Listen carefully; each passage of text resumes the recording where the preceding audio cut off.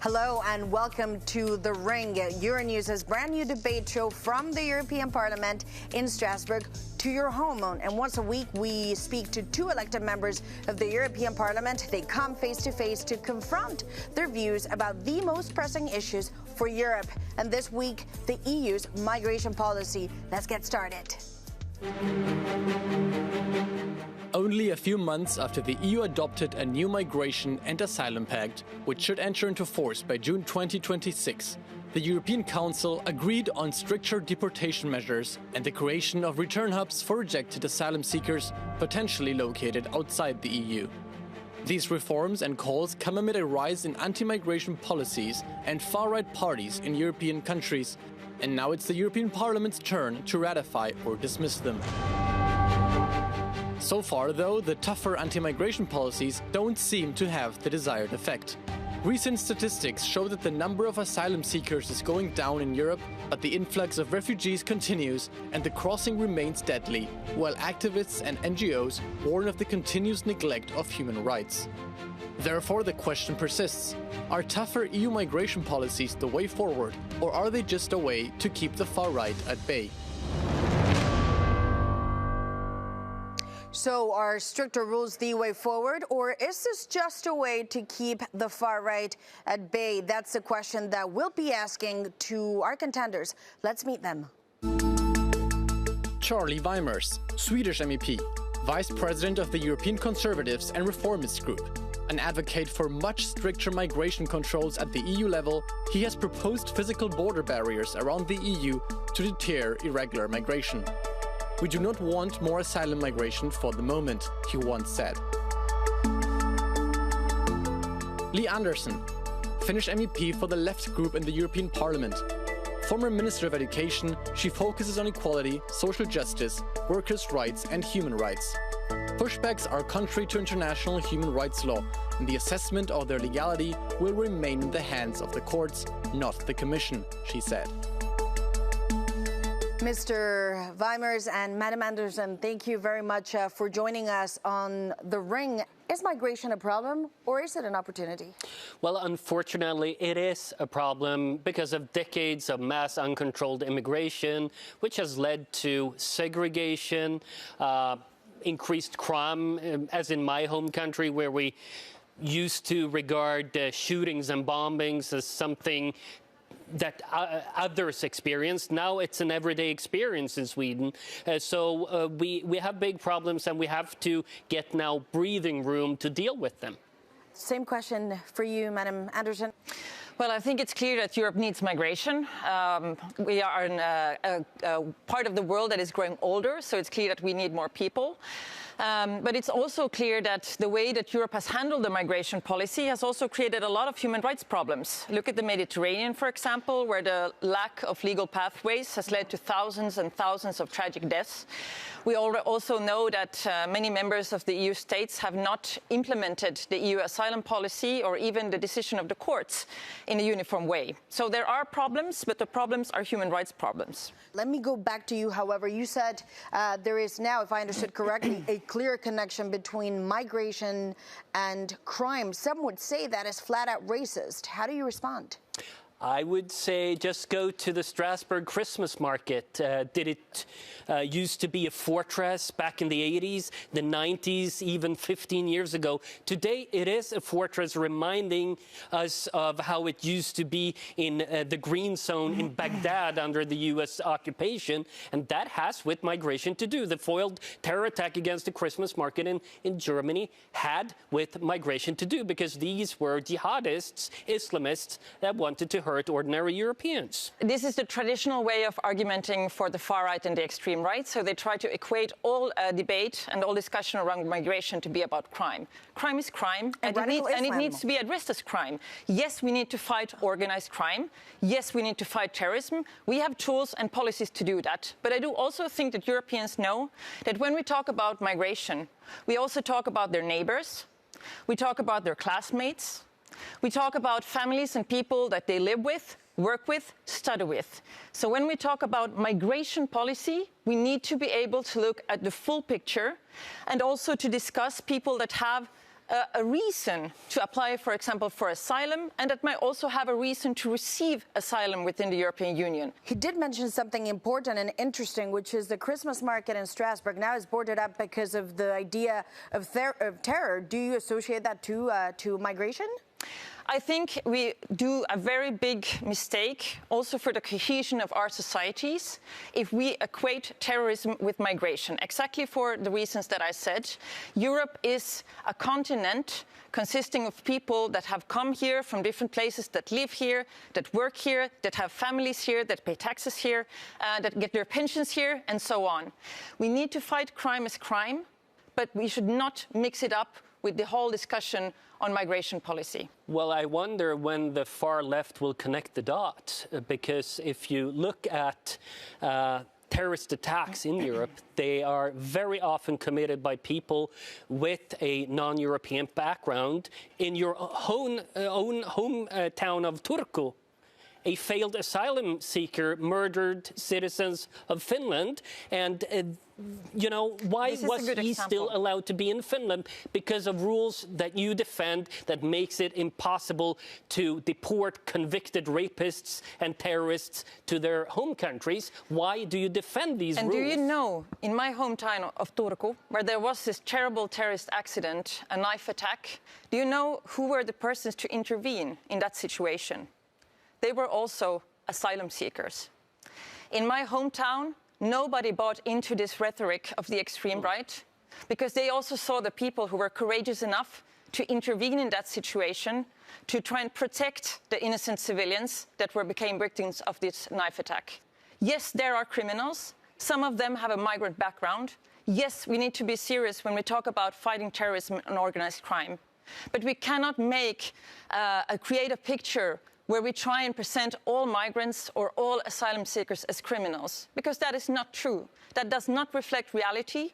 That did not reflect the reality in my hometown of Turku, and it does not reflect the reality where Europeans live. I want to give you a right to reply, but to play devil's advocate, some would argue there would have been no attack and therefore no need to intervene, and that person who did not have a legal permit to be in Europe had not been there at that time. That's the core of the issue.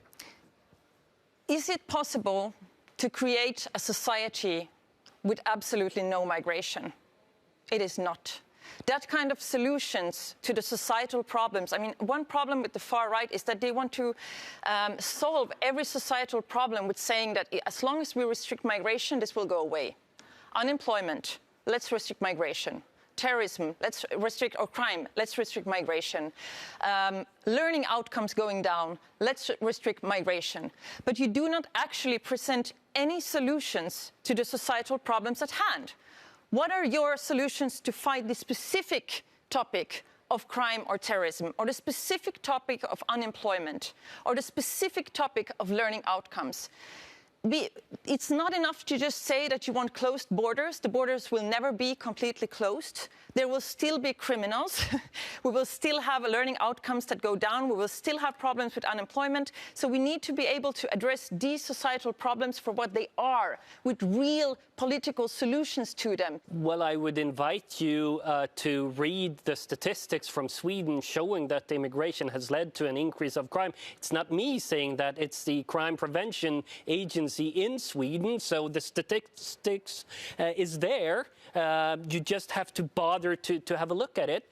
Also, when it comes to the issue of putting everyone in the same basket, no, that's not the case. We differ between those who build cars, who contribute, and those who burn cars. And the question is here, Li Andersson, why do you say no to the deportation of criminal foreigners? Because that's what you do if there's a slight theoretical risk for them in their home country. Why don't you want to send them home? Firstly, we've actually had a lot of experts from Sweden coming to Finland saying, do not repeat the mistakes we have done in Sweden when it comes, for example, to segregation. Do not create societies where you have working class families living in separate areas without any kind of perspective of social mobility, of being able to create the life that they want for themselves. When it comes to deportation of criminals, my party has not said no. It is possible to deport offenders that have committed serious crimes. as long as the principle of non-refoulement is respected. So that is the only kind of limit, I would say, legally, to when it's not possible to do it. And that, of course, I think we both agree we need to respect. But we have not said a categorical no to deportations of criminals. We have to now move on in the show. It's called The Ring, so let's take gloves off.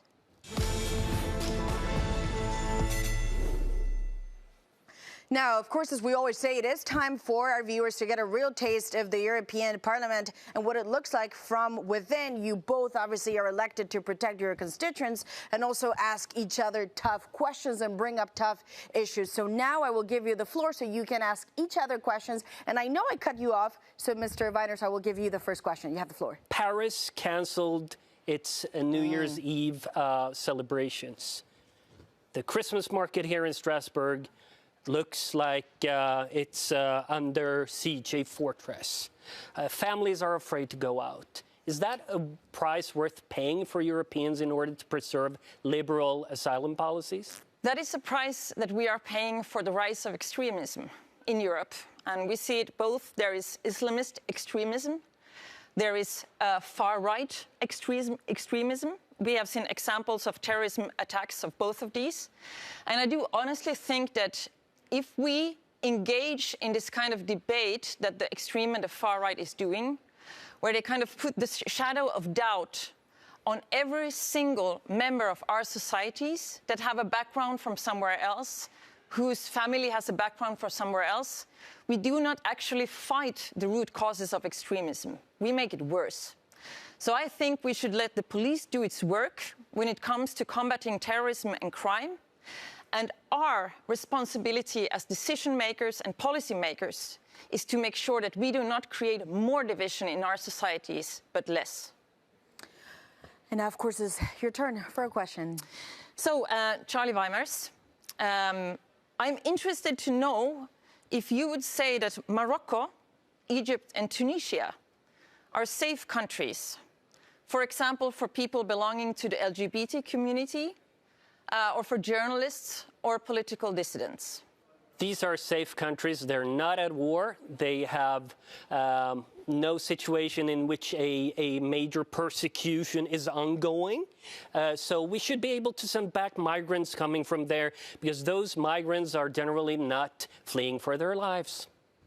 So you're saying it's not an ideal place, perhaps, for your lifestyle, but if you do not have the right to be legal in Europe, you should go back to Morocco. That's what I'm saying, and this has been the problem for many years, that people have been coming to Europe not because they fled a war, but because they looked for a better life. They came from safe countries of origin. But prosecution may not be a war. She's talking about the LGBTQ plus community. Sure that you don't have to be a war to feel prosecuted. I understand that it's not optimal for an LGBTQ person to be in Morocco, but we cannot be the destination of all people living under non-Western regimes. That's not how it can work. And we also have the situation where people pass through safe countries on their way to countries such as Germany, Finland, Sweden, and that can't stand. That's why it's so important what the Commission has now proposed and what we're dealing with now in the Parliament to establish these safe countries of origin. So you're saying it's not ideal, but it's also not Europe's problem? Yes.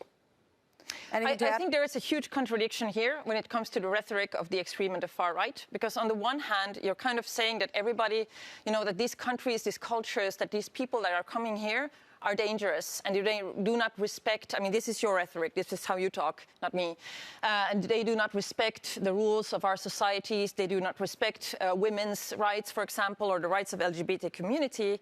But then when it comes to EU legislation, you're all of a sudden saying that, yes, it's completely safe for people who belong to the LGBTQI community or for journalists, political dissidents, young women to go back to these countries. No need to be very specific when it comes to their asylum claims. And this is also actually contradictory to what the European Parliament itself has said, that has adopted several resolutions concerning the human rights abuses and problems in, for example, Egypt and Tunisia. You talk about violence and some of the violence that some women may face if they have to go back to countries that you say are not safe. Some argue, however, women in Europe, and I'm sure you would agree with this, have become less safe as a result of uncontrolled illegal migration. And this is what do you respond to that? Is there a fair point? This is exactly the contradiction of their rhetoric. I mean, I have always said that we have patriarchal structures everywhere. So it's a patriarchy. I don't know any society that is free, unfortunately, is free from violence against women, that are free from patriarchal structures. But the far and extreme right try to present it as this is something that is coming to Europe from elsewhere. And now at the same time... So it's not migration, it's a patriarchy that's a problem. I would say so, because do you know any society that is free of those problems? I do not, unfortunately. I mean, there are countries and regimes such as the Taliban regime where it's, of course, much, much worse. But I also come from a country with very high numbers when it comes to violence against women and domestic violence. So trying to say that this is a problem only some places is not correct. Okay, well, just for a second, let's stop here because I want to bring in now a new voice.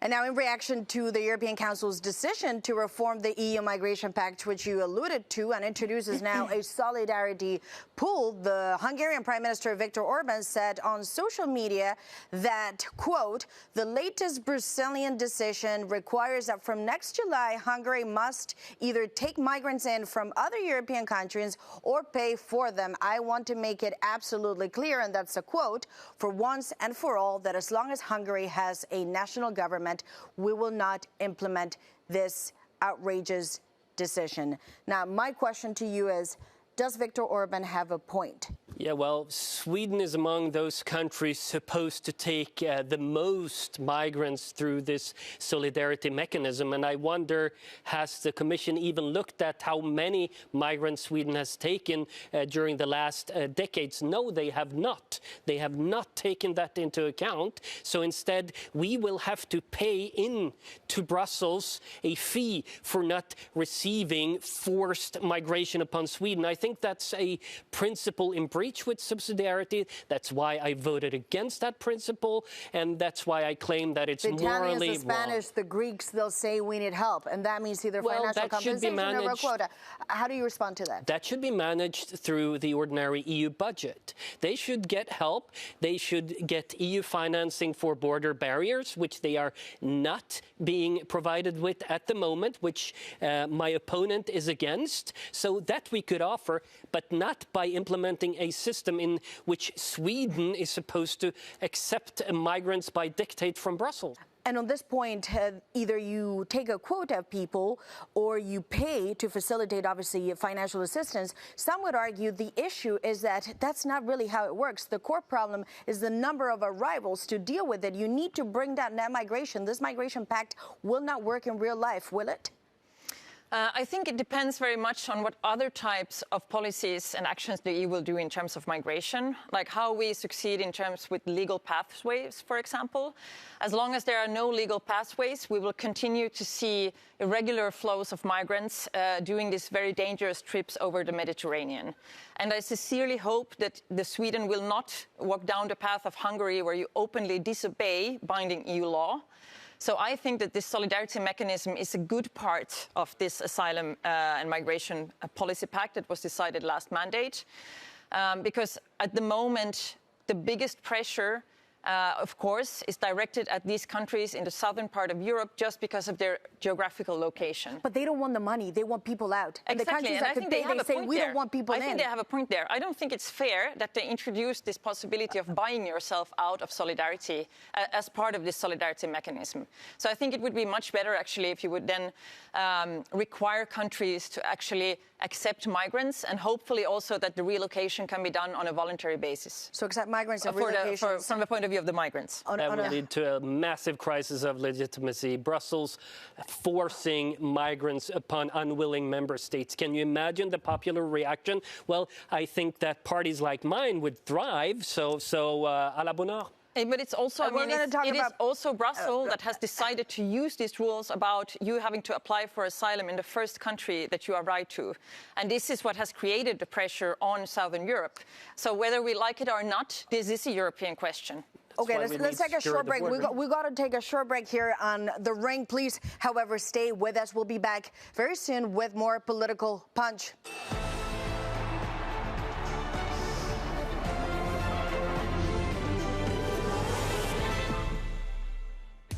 Welcome back to The Ring, Euronews' new weekly show. I'm joined by MEPs Charlie Weimers and Lee Anderson, and the idea here is to bring the European Parliament's debate to your couch. So what about you? That is the question. What do you think are the most important issues that the EU is facing? When asked about the most important issues facing the European Union in a poll, respondents most frequently cited the war in Ukraine, and immigration followed as the second most significant concern. The international situation more broadly was mentioned by 19% of the respondents, while security and defense appeared highlighted by 18%.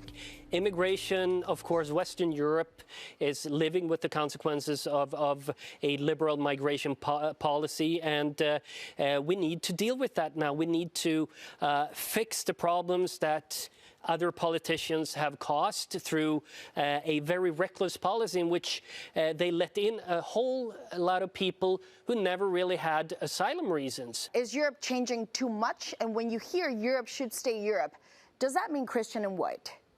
Well, I mean, for instance, my party is among the biggest among people with an immigrant background in Sweden, so it has nothing with skin color to do. It has with a wish to have our countries remain what it used to be when people came here. I do not think that social cohesion is based on what religion or ethnicity you share. I think social cohesion is something absolutely that you can create in societies with well-functioning services, to trust, to building this culture of trust, to having well-functioning services. And a big concern that we have now when we talk about these new migration policies from the EU side is that in many parts of these, Europe is taking steps away from a human rights-based way of making policies. How is this a violation of international was law? not able to do her Albania plan because it was contrary to EU law.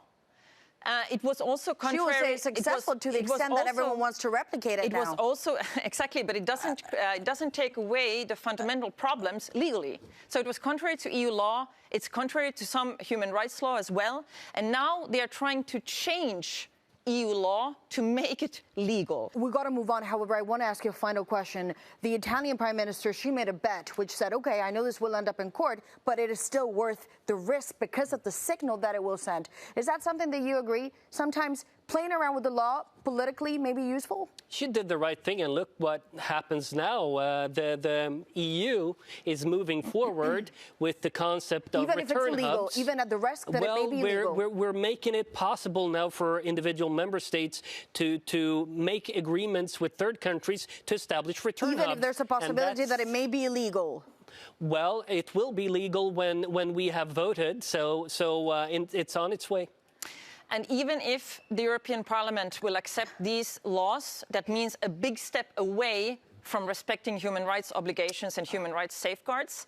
The EU member states will still be bound by international human rights treaties. So there will still be the issue of the European Convention on Human Rights, for example, that will still mean that countries have a legal responsibility for the people that seek asylum. So I do not think that the legal question will be dealt with at the point where the European Parliament accepts these laws. I do think that there will still be big legal issues. Well, Lee Anderson keeps repeating non-refoulement. And that, in practice, Lee Anderson, means that you don't want to deport a convicted rapist or terrorist if there's a slight theoretical chance of mistreatment in the country of origin. My policy is very simple. If you rape someone, if you murder someone, you go home. If you rape someone, you gotta go? As I said, it is possible to deport convicted criminals. That is not the case. But the rate is very low, actually. And it's not a theoretical. I mean, I really recommend to Charlie Weimers also to read some of the court cases from the European Court of Human Rights, especially on how they also actually have more liberal line on these cases than they did before. For me, the most important thing is that Europe stays true to the fundamental values of Europe. It is dangerous that in this time with rising extreme right forces, we see Orban, we see Putin, we see all of these authoritarian leaders who do not respect international law, that do not respect human rights law.